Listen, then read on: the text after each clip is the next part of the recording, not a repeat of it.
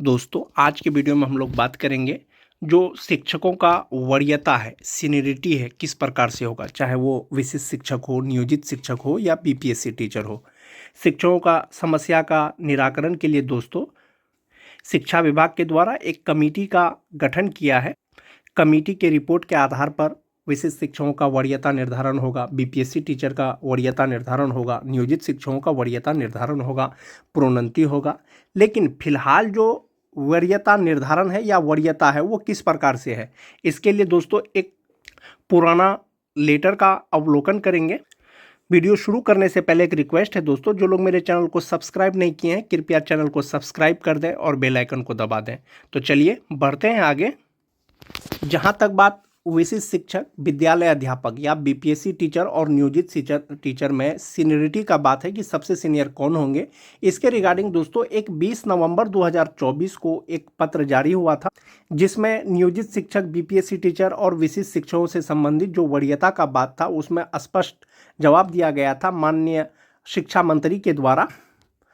Professor doctor Naval Kishore Yadav Patna माननीय जो सदस्य हैं, तारांकित प्रश्न में उन्होंने प्रश्न पूछा था, क्या यह सही है कि राज्य के प्राथमिक से लेकर के उच्च माध्यमिक विद्यालयों में कार्यरत नियोजित शिक्षकों एवं बीपीएससी के द्वारा नियुक्त टीआरई शिक्षकों का सरकार के बीपीएससी के द्वारा नियुक्त टीआरई शिक्षकों को वरीयता का निर्धारण किया गया है। यानी उन्होंने पूछा था क्या बीपीएससी टीचर सीनियर होंगे या नियोजित टीचर सीनियर होंगे, मूलतः यही सवाल था। एक सवाल यह भी था दोस्तों कि क्या यह सही है कि सक्षमता उत्तीर्ण विशिष्ट शिक्षक बनने पर भी बीपीएससी नियुक्त टीआरई शिक्षक वरीय होंगे, यानी जो विशिष्ट शिक्षक हैं जो सक्षमता उत्तीर्ण करने के बाद बने हैं उससे क्या बीपीएससी शिक्षक सीनियर होंगे, वरीय होंगे। उसके बाद था क्या यह सही है कि नियोजित शिक्षकों का पूर्व के अवधि में कार्य का वरीयता में लाभ नहीं दिया जा रहा है। बहुत से नियोजित शिक्षक विद्यालय अध्यापक बने हैं और परीक्षा पास करने के बाद विशिष्ट शिक्षक भी बने हैं, क्या उनका जो वरीयता है, जो उसका अनुभव है, उसका लाभ नहीं दिया जा रहा है। और उसके बाद था कि यदि उपरोक्त खंडों के उत्तर स्वीकारात्मक हैं तो क्या सरकार नियोजित शिक्षकों के अवधि कार्य को देखते हुए बीपीएससी के द्वारा नियुक्त टीआरई शिक्षकों से वरीय बनाने हेतु नियम में परिवर्तन करने का विचार रखती है, यदि हाँ तो कब तक। क्या सरकार के पास ऐसा कोई सकारात्मक उत्तर है जिससे अनुभव के आधार पर नियोजित शिक्षकों को बीपीएससी शिक्षक से सीनियर बनाया जा सके। माननीय शिक्षा मंत्री के द्वारा जवाब दिया गया था दोस्तों, वस्तु स्थिति यह है कि बिहार राज्य विद्यालय अध्यापक नियुक्ति जो नियमावली है 2023 भारत के संविधान के अनुच्छेद 309 परंतु के अधीन प्रदत्त शक्तियों के तहत अधिसूचित किया गया है। यानी कि जो विद्यालय अध्यापक हैं, बीपीएससी टीचर हैं, वो बीपीएससी टीचर नियमावली जो अनुच्छेद 309 के तहत है, इस नियमावली के तहत नियुक्त विद्यालय अध्यापक का संवर्ग राजकर्मी के श्रेणी के होते हैं। यानी जो बीपीएससी टीचर हैं वो राजकर्मी के श्रेणी के हैं, यानी वो राजकर्मी हैं। जबकि स्थानीय निकाय शिक्षकों की नियमावली भारत के संविधान के अनुच्छेद 243 के तहत अधिसूचित की गई है, जो राजकर्मी श्रेणी के तहत नहीं होते हैं। जो नियोजित शिक्षक हैं वो 243 के अनुच्छेद के अनुसार उनका नियोजन हुआ है, इस वो राजकर्मी नहीं है। जो नियोजित शिक्षक हैं उसका नियोजन इकाई पंचायत, प्रखंड या नगर होता है, जबकि जो राजकर्मी हैं जो राजकर्मी टीचर हैं, चाहे वो सक्षमता उत्तीर्ण शिक्षक हो चाहे वो बीपीएससी टीचर हो, उनका नियोजन इकाई जिला होता है। सरकार के समक्ष स्थानीय निकाय शिक्षकों को अनुभव के आधार पर विद्यालय अध्यापक जो बिहार लोक सेवा आयोग द्वारा नियुक्त हैं से वरीय बनाने हेतु कोई भी प्रस्ताव विचाराधीन नहीं है। यानी सरकार के समक्ष कोई भी प्रस्ताव नहीं है जिससे नियोजित शिक्षकों को अनुभव के आधार पर बीपीएससी टीचर से सीनियर बनाया जा सके। इसमें दोस्तों ये स्पष्ट नहीं हुआ है कि बीपीएससी टीचर सीनियर होंगे या विशिष्ट शिक्षक सीनियर होंगे, लेकिन एक चीज इसमें क्लियर कर दिया है, जो नियोजित शिक्षक हैं उससे सीनियर होंगे बीपीएससी टीचर। एक ये हो गया। अब विद्यालय में जो वरीयता का निर्धारण है वो किस प्रकार से होगा। एक ये पुराना पत्र है दोस्तों, 4 सितंबर 2024 का है, शिक्षा विभाग के द्वारा जारी किया गया था और विषय था कि माध्यमिक उच्च माध्यमिक विद्यालय में प्रभारी प्रधानाध्यापक घोषित करने के संबंध में। जो माध्यमिक उच्च माध्यमिक विद्यालय है उसमें भी प्रभारी प्रधानाध्यापक है, तो उसमें भी एक तरह से वरीयता का बात हो गया कि जो सबसे सीनियर होंगे वही प्रभारी प्रधानाध्यापक होंगे। तो इसके रिगार्डिंग लिखा गया था दोस्तों, महाशय सभी जिला शिक्षा पदाधिकारी को उपर्युक्त विषयक विभिन्न जिलों के जिला शिक्षा पदाधिकारी द्वारा माध्यमिक उच्च माध्यमिक विद्यालयों में नियमित प्रधानाध्यापक के पदस्थापन नहीं होने की स्थिति में किस कोटि शिक्षकों को प्रभारी प्रधानाध्यापक घोषित किया जाए से संबंधित मार्गदर्शन की मांग की जा रही है। इस संबंध में विभाग द्वारा समीक्षा उपरांत माध्यमिक उच्च माध्यमिक विद्यालयों में प्रभारी प्रधानाध्यापक घोषित करने के संबंध में निम्नवत आदेश दिया जाता है। तो चूंकि नियमित प्रधानाध्यापक नहीं था तब, अब तो बहुत से विद्यालय में दोस्तों नियमित प्रधानाध्यापक आ गए हैं, लेकिन बहुत से विद्यालय ऐसे हैं जिसमें नियमित प्रधानाध्यापक नहीं आए हैं। तो वैसी स्थिति में आदेश दिया गया था कि प्रधानाध्यापक आप किस तरह से नियुक्त कर सकते हैं, प्रभारी प्रधानाध्यापक।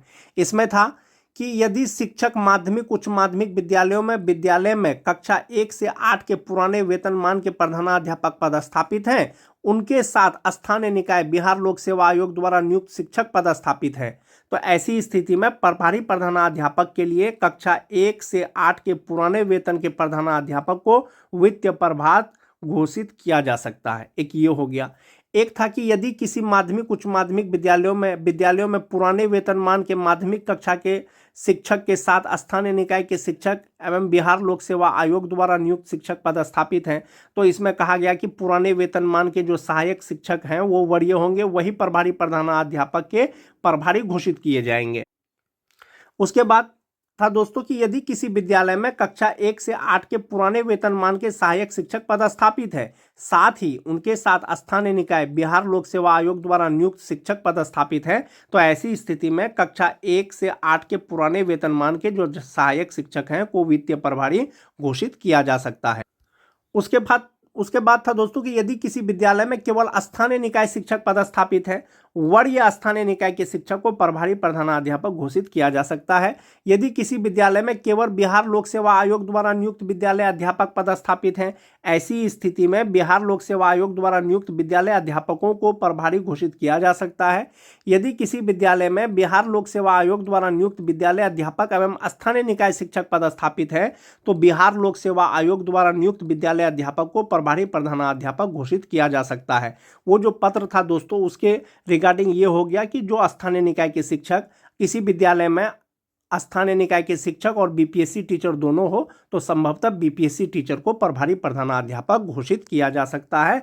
और ये पत्र दोस्तों 2024 का है, 4 सितंबर का है। माध्यमिक उच्च माध्यमिक विद्यालय में प्रभारी प्रधानाध्यापक घोषित करने से संबंधित था। चूंकि दोस्तों माध्यमिक और उच्च माध्यमिक विद्यालय में यदि बीपीएससी टीचर नियोजित टीचर से सीनियर होंगे, वो प्रभारी प्रधानाध्यापक बनेंगे, तो संभवतः जो 1 to 5 के शिक्षक हैं, प्राइमरी स्कूल है या मिडिल स्कूल है, उसमें यदि नियमित वेतनमान वाले शिक्षक नहीं है, सहायक शिक्षक नहीं है, तो बीपीएससी और अगर नियोजित टीचर हो तो संभवतः बीपीएससी टीचर को प्रभारी प्रधानाध्यापक घोषित किया जा सकता है।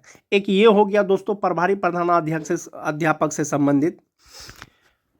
विभाग के द्वारा अब तक ये स्पष्ट नहीं किया गया है दोस्तों कि बीपीएससी टीचर सीनियर होंगे या विशिष्ट शिक्षक सीनियर होंगे, लेकिन बीपीएससी टीचर और विशिष्ट शिक्षक दोनों नियोजित शिक्षक से सीनियर होंगे, ये चीज़ क्लियर कर दिया है। एक है दोस्तों कि विशिष्ट शिक्षक नियमावली 2023 का जो पॉइंट नंबर 7 है, ये मोस्ट इंपॉर्टेंट है। मोस्ट इंपॉर्टेंट इसलिए है कि जो कमेटी गठन किया गया है दोस्तों शिक्षा विभाग के द्वारा, वो जब रिपोर्ट देगी तो उसके आधार पर वरीयता का निर्धारण होगा। लेकिन वरीयता का निर्धारण किस प्रकार से होगा, अगर विशिष्ट शिक्षकों में बात करें तो नियमावली से बाहर कुछ भी नहीं होता है दोस्तों। अगर नियमावली के अतिरिक्त कुछ होगा तो संभवतः नियमावली में संशोधन होगा। तो आप ये मान के चलें कि विशिष्ट शिक्षक का जो वरीयता निर्धारण होगा वो विशिष्ट शिक्षकों का विशिष्ट शिक्षक नियमावली 2023 यथा संशोधित 2024 के नियमावली के अनुरूप ही होगा।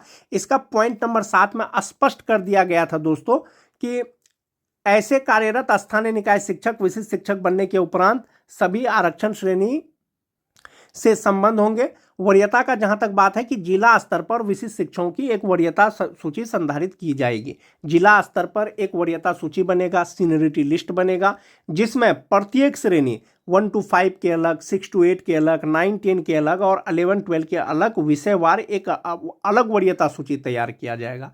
एक ये चीज हो गया दोस्तों। उसके बाद दूसरा चीज था 7.2 में कि विशिष्ट शिक्षकों में वरीयता निम्नलिखित मापदंडों के अनुसार तैयार किया जाएगा। एक तो लिस्ट बन गया 1 to 5 का अलग, 6 to 8 का अलग, 9 10 का अलग, 11 12 का अलग, वो लिस्ट बन गया। अब है क्या, उसका मापदंड किस प्रकार से होगा। तो इसमें जो पॉइंट था दोस्तों, इसमें कौन नंबर पॉइंट है कि स्थानीय निकाय शिक्षक के रूप में प्रशिक्षित वेतनमान प्राप्त करने की तिथि से। जो भी स्थानीय निकाय के शिक्षक परीक्षा पास करने के बाद विशिष्ट शिक्षक बन गए हैं तो उनको प्रशिक्षित वेतनमान कब से मिल रहा था। प्रशिक्षित वेतनमान संभवतः जिसको सबसे पहले मिला होगा वही सबसे सीनियर होंगे, वही वरीय होंगे। एक वो चीज हो गया। दूसरा चीज था कि दोस्तों कि बहुत से शिक्षक ऐसे होंगे कि प्रशिक्षित वेतनमान प्राप्त करने की तिथि सेम हो। जैसे बहुत से शिक्षकों का एक साथ में प्रशिक्षण पूरा हुआ है 31/3/2019 को, तो संख्या बहुत ज्यादा है। तो ऐसी स्थिति में क्या होगा, तो इसके लिए ख नंबर में दिया गया है जहां दो शिक्षक उपर्युक्त मापदंड को, यानी कि एक ही अगर प्रशिक्षित वेतनमान का तिथि साझा करते हैं उनकी जन्म तिथि वरीयता तय करेगी। चूंकि संख्या बहुत बड़ा है तो जन्म तिथि डिफरेंस होगा, कोई जरूरी नहीं है दोस्तों। प्रशिक्षित वेतनमान का तिथि अगर सेम है तो उसका जो जन्म तिथि है वो उसका वरीयता तय करेगा।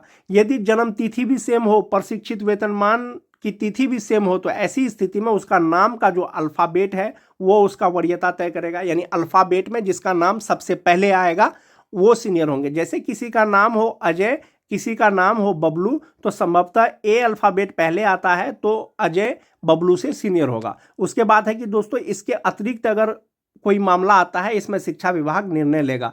तो मूलतः बात यह हो गया दोस्तों, विशिष्ट शिक्षकों में जो वरीयता का निर्धारण होगा एक तो हो जाएगा प्रशिक्षित वेतनमान की तिथि से, अगर वो सेम होगा तो उसका जन्म तिथि उसका मापदंड होगा।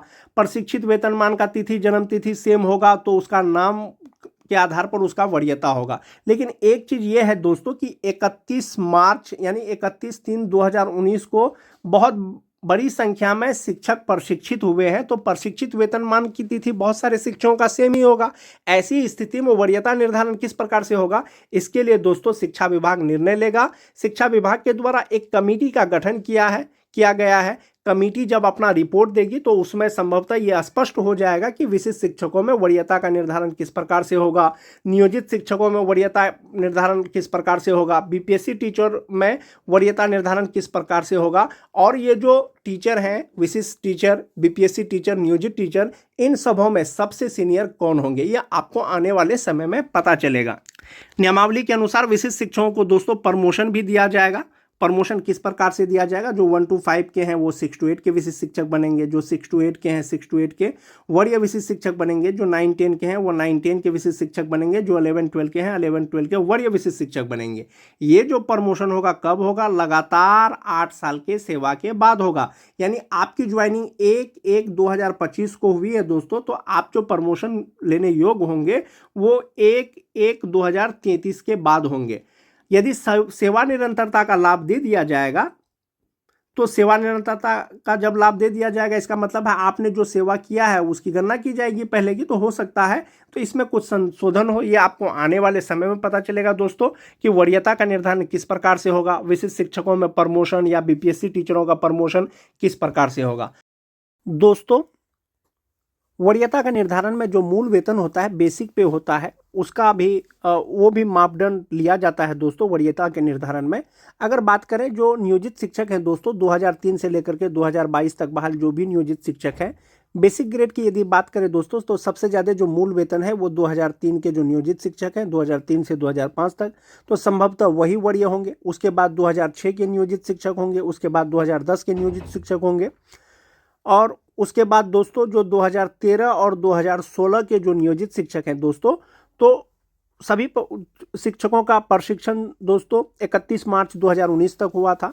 तो उसमें संभवतः जिन्होंने सबसे पहले ज्वाइन किया वो वरीय होंगे नियोजित की तुलना में, और जो 2003 से लेकर के 2010 तक या 2016 तक के जो नियोजित शिक्षक हैं, बहुत से शिक्षक ऐसे हैं दोस्तों जिनका प्रशिक्षण बिल्कुल बाद में पूरा हुआ। जिनका प्रशिक्षण बाद में पूरा हुआ दोस्तों वो कनीय हो गए, जिनका प्रशिक्षण पहले पूरा हुआ वो वरीय हो गए। उसी तरह से दोस्तों यदि विशिष्ट शिक्षकों में बात करें कि विशिष्ट शिक्षकों में वरीय कौन होंगे, तो वरीय एक तो हो गया कि उसका प्रशिक्षित वेतनमान की तिथि तो मापदंड है ही। अगर मूल वेतन की बात करें तो 2003 से लेकर के 2006 तक 2010 तक और 2022 तक जो विशिष्ट शिक्षक है दोस्तों, सबका मूल वेतन एक इंक्रीमेंट के साथ में यहाँ पर दिया हुआ है। संभवतः जिसका मूल वेतन ज़्यादा होगा, जबकि मूल वेतन वरीयता निर्धारण का एक मापदंड होता है, तो जिसका मूल वेतन ज़्यादा होगा संभवतः वही वरीय होंगे दोस्तों। शिक्षा विभाग के द्वारा अब तक जो है कोई वरीयता का सूची जारी नहीं किया गया है दोस्तों, लेकिन विभाग के द्वारा ये पहले भी कहा गया है कि जिला स्तर पर विशिष्ट शिक्षकों का एक वरीयता सूची संधारित किया जाएगा, यानी बनाया जाएगा, जिसमें प्रत्येक शिक्षक की श्रेणी प्राथमिक, मध्य माध्यमिक और उच्च माध्यमिक के लिए विषयवार अलग अलग वरीयता सूची तैयार किया जाएगा। तो आपको आने वाले समय में पता चलेगा कि विशिष्ट शिक्षकों में से कौन वरीय होंगे, जब जिला कार्यालय के द्वारा एक सूची बना करके प्रकाशित किया जाएगा दोस्तों। आज के वीडियो में दोस्तों बस